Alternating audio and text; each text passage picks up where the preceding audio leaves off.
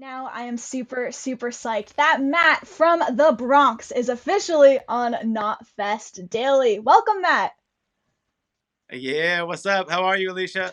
I'm doing really, really well. It's great to be catching up. Thank you so much for joining me today. How are you? I'm good. I'm good. I'm here at Bronx headquarters, just getting our new single situated here. We got vinyl that ships out of here, and we got the beer launching. So it's a busy day. It's good though. Busy days are the best days. It means you got a lot going on. Now, before we get into the music, because as I said before, I am loving that track. I only spun it for the first time on the show yesterday, but I've played it probably 8 times since. So we'll definitely get more into that. But before we do, I wanted to ask, how was some jujitsu a couple nights ago? How'd that go? It was actually awesome. It was the first time I've ever done anything like that. So I'm just getting my feet wet, but so far so good. I love it actually. I'm two classes in, so I'm not kicking Okay. ass quite yet, but hopefully I'll be there soon. Yeah, definitely on your way. Now, your forthcoming record, Bronx 6, comes out in just a couple of months. So, at this point, are you nervous, psyched, anxious, or is it just kind of a crazy combined plethora of emotions at the moment? I mean, I'm excited. I mean, we've been waiting for so long. I mean, the crazy part is, with the pandemic and 2020, all that stuff, we recorded the record in 2019, so we've been sitting on this thing for a while and it feels so good to finally get it out.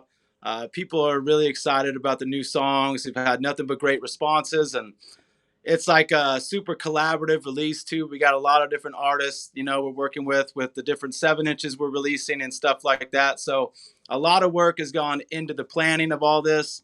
And now that we're releasing music and it's kind of all set into motion, it feels really, really good. I can only imagine sitting on something for that long and finally being able to share it with everyone. It must just feel Yo, it so sucks. good. It sucks. I'll tell you that much. It sucks. I'm so glad that we're able to finally release music. It feels great. Yeah, well, the tracks you've released so far, we just played Watering the Well for everyone. And to me, the song feels like a party anthem of kind of doing whatever you want, having a good time, forgetting about anything else going on. Now, I could be way off in terms of what you actually wrote it about, but that's why I wanted to ask. Was there a specific moment or event that kind of sparked the whole idea for the track? Well, it's the guitar. Honestly, sparked the vibe for the track. Our guitar player Ken Horn wrote the music for that song, and it just had such the opening riff just feels so good, and it's just kind of creates that kind of kickback rock and roll vibe. So lyrically, that's the way it hit me, and so I just wanted to write something around that. We do a Okay. lot of kind of heavier stuff in the Bronx too. So it felt good just to write like a classic beer drinking rock and roll song. Oh, it's totally how it feels. And I'm a huge Kiss fan. And between the anthemic guitar riffs and just that sheer rock and roll attitude in the vocals, I was totally getting some mega 70s Kiss vibes. So, were they in any way some inspo for the song? Am I way off here? Well, I mean, direct inspo, no, but I mean, I'm a big Kiss fan, especially like the '80s Lick It Up era. So there's definitely some indirect influence for sure.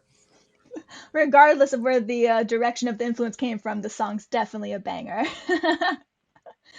Now, the band Thank did, you, and thank you. you're welcome. Now, the band did announce a huge beer collaboration with San Diego-based craft beer brand Fall Brewing Company. This is a limited edition drink, also called the Watering the Well. But the thing is, fans can get their hands on it super, super soon. So, what made you guys want to have your very own brand of beer?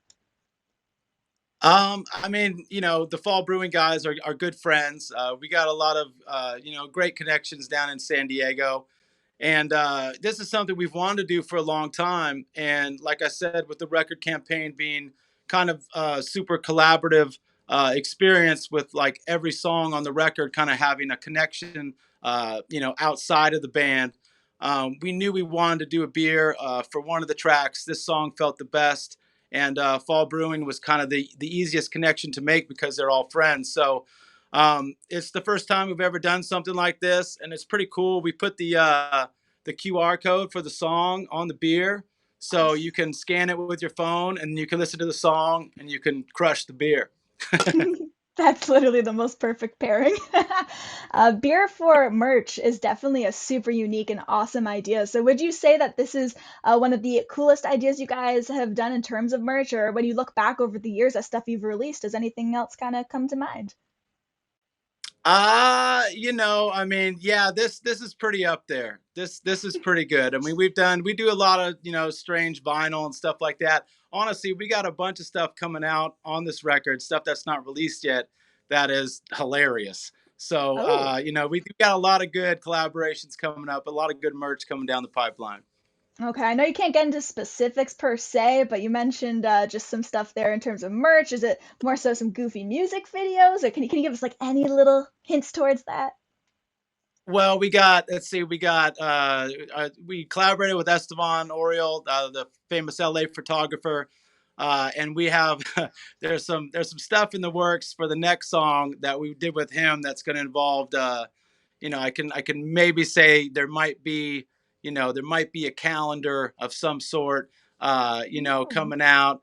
We got a collaboration with Craig Stezik from Dogtown on one of the tracks. So there's going to be some extra stuff, kind of based around his aesthetic and his artwork, in the future too. So, and we got more stuff for watering the well that's dropping soon too. We put together Awesome.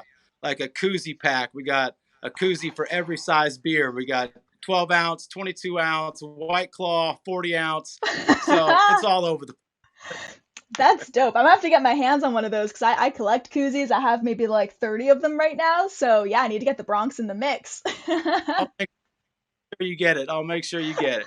You're awesome, Matt. The last thing I wanted to bring up with you, it was always so dope watching Lucha Underground, seeing Mariachi El Bronx perform, and now I'm actually a TV host in the world of wrestling. So I gotta ask, what would your in-ring persona be?